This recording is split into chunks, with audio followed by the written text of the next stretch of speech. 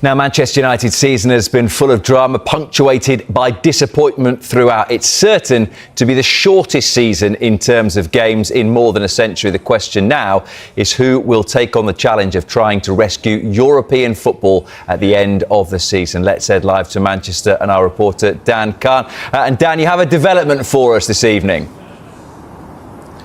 Yeah, good evening, Rob. We can tell you Manchester United are close to agreeing terms with Michael Carrick for him to become their interim head coach until the end of the season. Now, we reported throughout the day that he was meant to meet United today to continue further talks about the role, but we've been told there's a broad agreement on many of the substantive issues with negotiations still ongoing. There's no final agreement just yet. I think discussions and conversations now focused on his backroom staff, what that looks like. Could it include Darren Fletcher, who's taken the team in their last two games? We'll wait and see. But the plan is for Carrick's new contract to run until the end of the season, and this is really what Manchester United wanted, is someone in place, more importantly, to take this team ahead of the Manchester derby on Saturday. Well, as for that Manchester derby then on Saturday, Dan, how are Manchester United's preparations looking between now and then? Yeah, look, they're going to have a few days off. I think that's the first thing to say, Rob. I mean, they've been off today, they'll be off tomorrow before returning to training on Wednesday, but before preparing for that big derby on Saturday. Now, a lot of that is down to what has been quite a congested Christmas fixture period. Of course, the Manchester United squad have also been quite stretched in terms of players away to AFCON, as well as numerous injuries as well. Luke Shaw, for example, was left out of the squad against Brighton yesterday just simply due to squad rotation. So they'll be trying to regather themselves ahead of training on Wednesday, that you would expect now Michael Carrick to take with his new look backroom staff. But look, they now need to, everything off the pitch looks like it's been sorted with Michael Carrick nearing ever closer to being their interim head coach. They now need to focus on the pitch and get some results in the league, because as you mentioned beforehand, that is their only focus this season. And Darren Fletcher said it yesterday, they have to focus and challenge for those Champions League places, and that starts with a pretty easy one, right? Manchester derby on Saturday. Dan, thank you very much indeed. So, Clinton, it looks as though it is going to be Michael Carrick. Statistics would tell you that United would need around 69 points to finish fourth. 65 points usually is enough to get you fifth. From what you've seen of him in the EFL, has Michael Carrick got it in his locker to deliver 33 points and above? Yeah, I think he's got it in his locker for sure. I think he did a good job at Middlesbrough in the EFL and done it ever so well. And I did think when jobs were coming available like West Ham, I thought West Ham might look to Michael Carrick, a young manager. So, yeah, I think if he gets the job, I think it'd be a good appointment from now to the end of the season. Do I see him getting it long term? No. I think they need a serious manager, and I'm not saying Michael Carrick at the moment, but what I mean is a proven manager at that football club. But from now to the end of the season, I think Michael Carrick will be a really good appointment. But do I believe this squad of Man United players are good to get into that Champions League? Not at the moment, but the league is wide open. That's the problem. There's only 3 teams that are playing to their potential this season, and that's the 3 teams that are in the top 3 in the Premier League. Other than that, it's wide open this year.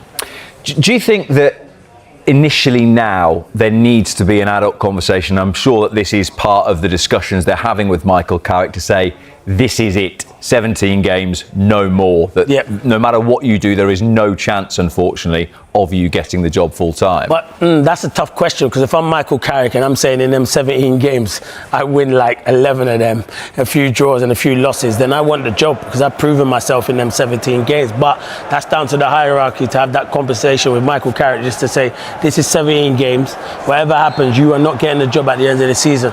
But it's a no-win situation for Michael Carrick, because if he goes in there and he doesn't do well, obviously I understand he'll be disappointed, but if he does do well, his stock's high, and there'll be other people looking at him and saying, well, yeah, he could be our future manager, because I do think he's a good young manager. He's a fantastic footballer, and I do think he'll be a top manager. Do you think that any prospect of him being given the job full time and the temptation to do it is almost made easier for United because they're not in any cups, so he can't hide anything by winning a trophy? And we saw it, for example, at Spurs last season. League form's awful, but win the Europa League. That fifth is the brief. If you get fifth or fourth, and if you get that, it's thank you very much, shake hands and move on. Yeah, his job is to get them into the Champions League. If Michael Carrick does that, and fifth could be good enough to get into the Champions League, if he does that, he's done his job.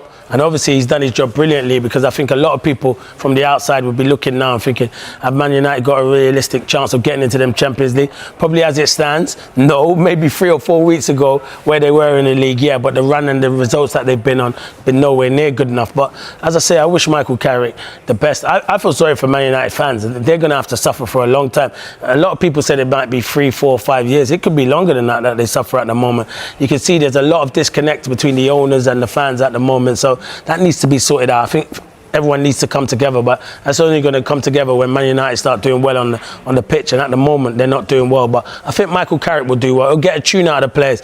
You know what it is, Rob? I watched the game yesterday against Brighton, and I'm thinking, you've only got the cup competition left. Why do you not play your strongest 11? And like Dan Khan just said there, they rested Luke Shaw. You don't need to rest Luke Shaw. You haven't got Europa League football or anything like that. All you've got is Premier League, and your only chance of winning a cup competition would have been FA Cup. If you've got a good draw, you might have gone far in that cup competition, but Brighton were the better team. You're knocked out, and all you've got to concentrate now on is trying to get into that Champions League. Because it was interesting when Ruben Amorim was sacked last week. I heard quite a lot of glass half full approaches to where Man United are, i.e. they're only 3 points off the top 4 at the moment. But what are they? 1 point above Sunderland, 1 point above Fulham, 2 above Sunderland, 3 above Everton. That the league is so squashed that it is difficult to sort of work at actually how good they are. Exactly that, and you're spot on. It's so squashed. If you lose 2 games, you could drop into the bottom half of the table. You win 2 or 3 games in the bottom half, you could jump right. Look at Fulham 4 or 5 weeks ago. They were down near the foot of the table, not right near the bottom, but in them bottom 5 or 6. Now they jumped up to the 8th in the Premier League. So, and now it looks like it's a good season, and that is because the league is so open. Apart from the top 3, everyone else is beating everyone else, and everyone's trying to go on a run, but they can't go on a run at the moment. So that is why Man United are in that position, and that is why people think Man United are doing well. But it's covering over the cracks, and the fans will tell you that it's covering over the cracks. That club is one of the biggest clubs in the world, and it still is one of the biggest clubs in the world, and any manager would want that job. But you just need to get, I've always said it, the recruitment at that football club, Rob, has been nowhere near good enough. It was interesting, Darren Fletcher said after that game against Brighton yesterday, said, you know, in difficult times, true character is going to show. So they have to dig in and make sure they want to be part of Manchester United's future. Is the worry when there's an interim manager in charge that a lot of those players will think, well, I'll be here longer than him? Yeah, maybe, but we saw it a little bit with Ralph Rangnick, didn't we? Yeah, you're right, but I don't know how a group of players can think. You're playing for Man United Football Club. It's hard for people. I don't know if it's people nowadays and how people's mentality is, but when I'm playing, if you get a chance to go and play for Man United Football Club, you'd be walking up the motorway to go and play for Man United Football Club. You're still putting on that red jersey. They're one of the most successful teams there is around in world football. You go away to any other country, everyone's wearing a Man United shirt. That's how well supported they are. And at the moment, I'm looking at the group of players and thinking, there is a lot that know what it's like to play for that football club. But and then you're looking, as I said, there's a big disconnect between the owners and the fans, and that doesn't help. When that starts happening, the fans are starting to get frustrated. I even spoke to a fan yesterday, said, I gave my ticket away because I knew we were going to lose to Brighton. You should not be thinking like that as a fan. So it's disappointing, but yeah, they're going to have to suffer a bit. But hopefully Michael Carrick can go in there and steady the ship. And you never know, they still have a chance because of the position they're in to finish in one of them Champions League spots. If we assume that it goes down to 5th then, yeah. Liverpool 4th. Are you going to lock the top 3 in and say that they'll all be fine? Yeah, but I'm going to lock Liverpool in as well. You're going to lock Liverpool in as well. Liverpool. So let's say it goes down to 5th. Yeah. You've got Brentford in 5th on 33. Yeah. Down to Spurs in 14th on 27. They got, to be fair, there's 3 teams probably, and there's probably, you throw Chelsea into the mix because they'll come good. I think with Liam Rosinha, he's a good coach, and they've got world-class players, Chelsea. Chelsea should be up there anyway. They should be challenging where Liverpool are, and then you go Newcastle, who can go on a great run, who I think will be there or thereabouts, and then the other one you would think is Man United. But if you look at the squads, and you look at Newcastle, and you look at Chelsea, and you look at Man United squad, Man United have some good players, but those 2 other squads have better squads than Man United, so that's why I'd put them 2 ahead of finishing ahead of Man United this season. So that is, I guess, the reason why they really have to emphasise a focus on the fact that they are the one team of those 3 you just mentioned playing once a week, and that Newcastle Arsenal and Chelsea have Champions League, or Chelsea have all 4 competitions. Actually, Exactly. both Newcastle and Chelsea. Yeah, they have a lot of games coming, so they've got to utilise their squad. So that is why Man United should have the advantage, because all they've got to concentrate on now is Premier League football, not even FA Cup football, Premier League football. So that is the biggest thing. Look, concentrate on the Premier League, get Michael Carrick in, get him to look at the players and his style of play, and in them 17 games, see if he can get a tune out of them and they can finish in that top 5 of the Champions League spot. If they finish in the top 5 of the Champions League, he's done a brilliant job. He'll be knocking on the door saying, give me the job at the end of the season. But he has to know what his role is when he's talking to the hierarchy. Because what happens, Rob, if he gets them into the Champions League? Does he just leave? He's going to want to stay, isn't it? It's Man United Football Club. So they're the conversations he'll have to be having. That's what the point I go back to then. You've said it a few times in various answers about the size of this football club and where Manchester United wanted back. And Ruben Amorim said at the start of the season, look, we all know that actually finishing the Champions League isn't great. We want to be challenging to win the title. And I feel like that the mistake was made with Ole Gunnar Solskjaer, that there was that famous win against Paris Saint-Germain and everyone got very starry-eyed and gave him the job, when actually it's going to take an Omar Barada, whoever it is, to think, if we want to really go back to being up there with Arsenal and City and teams like that, that it's going to take a Thomas Tuchel or a Carlo Ancelotti. You know what it's going to take? Let the manager come in, manage the team. Like, I've said this many times, and we spoke about it on Soccer Saturday, me and Merce. Let me tell you something. Aston Villa, Unai Emery sorts out everything from top to bottom. Yeah, he already had a sporting director in there, but he's allowed to do his signings. Arsenal do the same, Man City do the same. There's no coincidence that those 3 teams are doing well this season. So if you're going to get a manager in at Man United, let him do the business, let him run it. If you want Thomas Tuchel suffers no fools. He'll go in there and he'll want to do it his way. So if you want a top manager like that, or Enrique, who might become available if he leaves PSG, these are top managers. They want to do it their way. So that's what I'm going to say. This title of head coach, I don't like it. Let the managers choose the players and they have good relationships with their sporting director. As I just said, them top 3 teams, their clubs are run properly, and that's why they're doing so well at the moment, because the managers have the say. As ever, you're a few steps ahead, Clinton. We're going to get to that when we talk about Tottenham. No, it's just you're just a visionary. That's the problem with you, Clinton. Is it just good at my job? Well, I mean, that's debatable. Don't push it that far. Let's instead talk to Dave Reed. Clinton has mentioned a few times about the quality of this Manchester United squad. What do we think then, Dave? Good evening, by the way, about the true value of these players. Yes, good evening, Rob. Good evening, Clinton. Let's talk about squad value. Clinton touched on it there. Michael Carrick then close to the job. How does this squad compare to the one that he took over for that brief stint in 2021 at Old Trafford?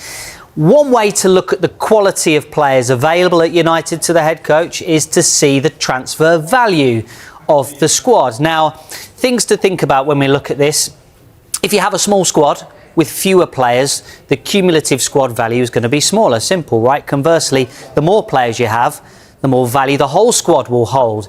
And it's pretty simple. The better player you are, the higher value you have. So with all that in mind, this kind of chart also gives us an insight into the head coach improving individual players. If players play better, their value rises. And there's also an opportunity for academy players, someone like Kobbie Mainoo, for instance, who on their introduction to a squad come through effectively with a value of 0, but can then add 50 or 60 million to the overall squad. So let's look at Manchester United's squad value.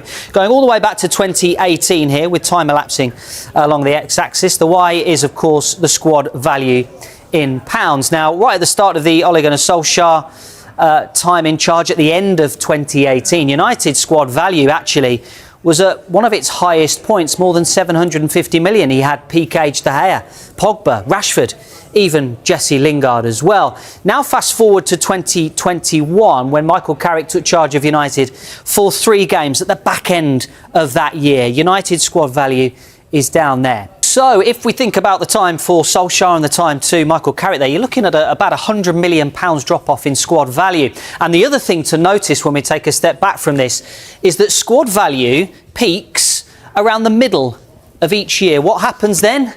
Yeah, it's the summer transfer window. Pre-season optimism. Players are signed and are at their highest value. But you can see, as seasons go on, players aren't performing. Values are falling. And head coaches are unable to get the best out of them. United squad value at the moment, the red line, by the way, is the average and United's squad value is below the average of the last 8 years, worth an estimated £640 million right now. United getting knocked out of the FA Cup means it's a 40-game season. You might have seen this over the weekend. The last time that happened was 1914-15. Here is the bottom of the table. This is not good reading for some sides. Tottenham Hotspur, Chelsea and Manchester United in the bottom three in 1915. Manchester United take on... Mikel Arteta's work at Arsenal is being viewed in an even brighter light after the recent coaching shakeups elsewhere. With Chelsea parting ways with Enzo Maresca and Manchester United moving on from Ruben Amorim, the contrast is hard to miss. Arsenal has kept moving forward under Arteta, giving him time through difficult stretches, and now seeing the payoff as the club pushes again in the Premier League title race. It also raises a bigger question about strategy. While Chelsea and United are changing direction again, Arteta has been in place for more than 6 years, outlasting a long list of managers across those two clubs in that span. That stability has become part of the story, and it was a major talking point on the Seeing Red podcast with Tom Canton and John Cross. Beyond reacting to Amorim's dismissal and breaking down wins over Aston Villa and Bournemouth, plus Manchester City's loss to Chelsea, the conversation kept returning to one core idea: structure.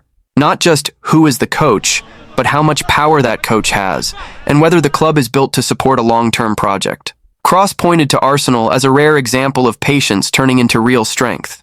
He argued that Arsenal's willingness to back Arteta through the messy early phases helped create the stable position they're in now, and that this kind of time and support investment is what can turn a club into something truly solid. Canton's response was sharp and honest. Arteta's arc, he said, has almost become a problem for other clubs, because it tempts them to keep coaches they probably shouldn't. But at the same time, it's still the best example of what can happen when you hire the right person and actually give them time. And that time wasn't smooth.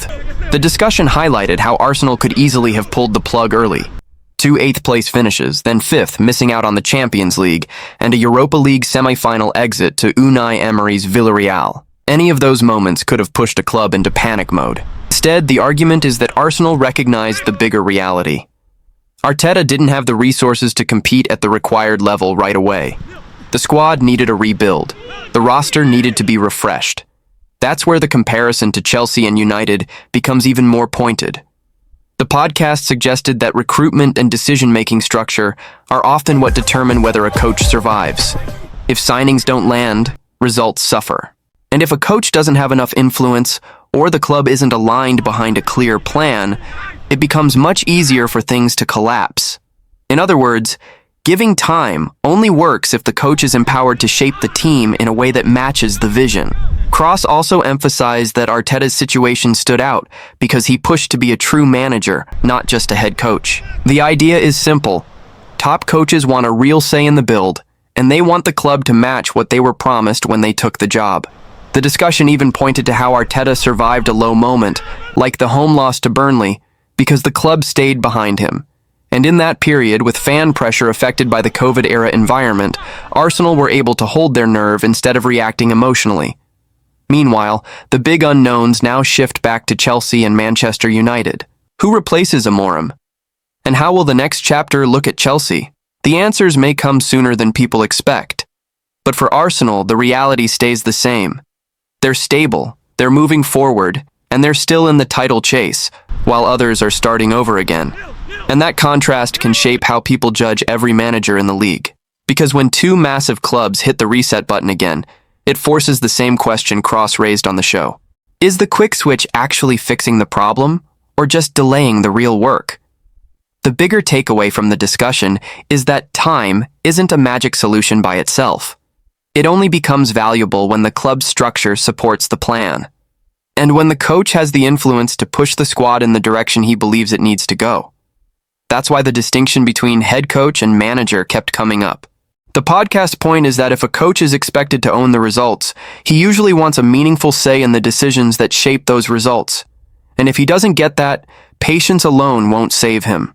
That's also where Arteta's early struggles get reframed. Those finishes and setbacks could have become a reason to panic. Instead, they became evidence of why alignment matters, because Arsenal chose to treat them as part of a build, not a final verdict. And once the squad was reshaped the way the club believed it needed to be, the results started to reflect that long-term approach. So the repercussions aren't just about Arsenal looking stable, it's about how stability changes your margin for error. When you don't reset every year, you're not constantly starting from zero. You're building on decisions, learning from setbacks, and keeping a clearer identity. For Chelsea and Manchester United, the immediate consequence is obvious. They're changing direction again, which means the next appointment carries even more weight. Because every new coach isn't just judged on results. He's judged on whether the club is finally giving him the structure and authority that the role demands. That's why the question at the end matters so much. Who will replace Amorim? And how will Liam Rosenior do at Chelsea? Because those answers will test the exact theme the show kept returning to.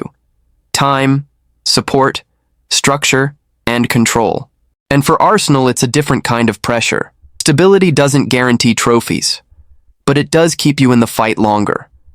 And right now, while others restart, Arsenal get to stay focused on what they're already doing, chasing the Premier League title.